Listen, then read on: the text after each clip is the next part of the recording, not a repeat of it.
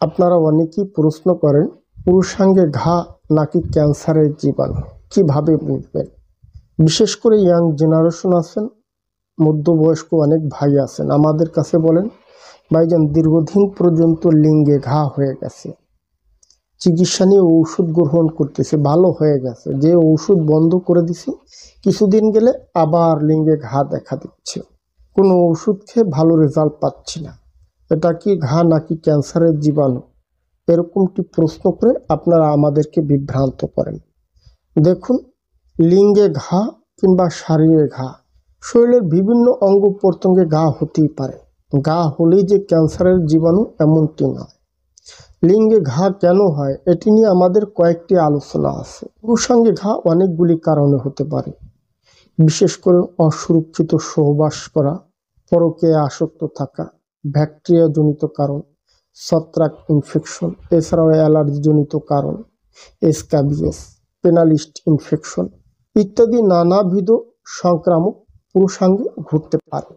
আমাদের কাছে যে রোগীগুলো আসে এদের বেশিরভাগ হচ্ছে স্ক্যাবিয়াস, চুলকানি জনিত কারণ, অ্যালার্জি জনিত কারণে, ব্যাকটেরিয়া জনিত কারণে পুরুষাঙ্গে চুলকানি, ঘা, ইনফেকশন হয়।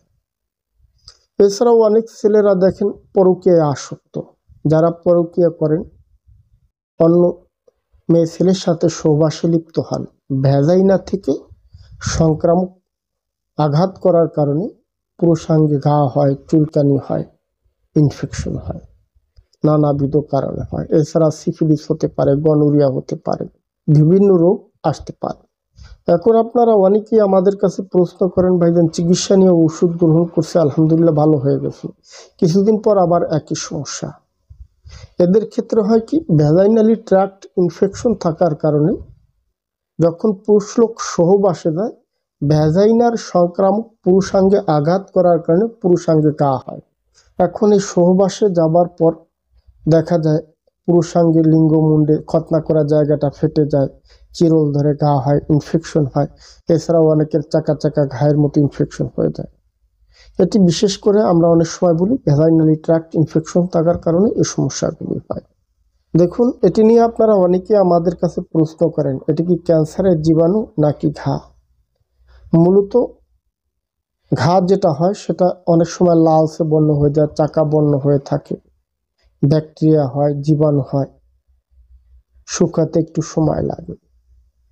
ক্যান্সারের জীবাণু যদি হয় এটার জন্য আবার মেডিকেল টেস্টের প্রয়োজন হয়, কাজে ঘা দেখে কেউ হতাশ হবেন না, এর জন্য মেডিকেল টেস্টের অনেক সময় প্রয়োজন হয়, যেরকম বিডিআর টেস্ট করা, gonorrhoea culture test, CBC test, allergy test, SBS অ্যাজি টেস্ট, বিভিন্ন রকমের টেস্ট করে একজন মেডিকেল চিকিৎসক একটি কি ধরনের রোগ তা নির্ণয় করে থাকেন।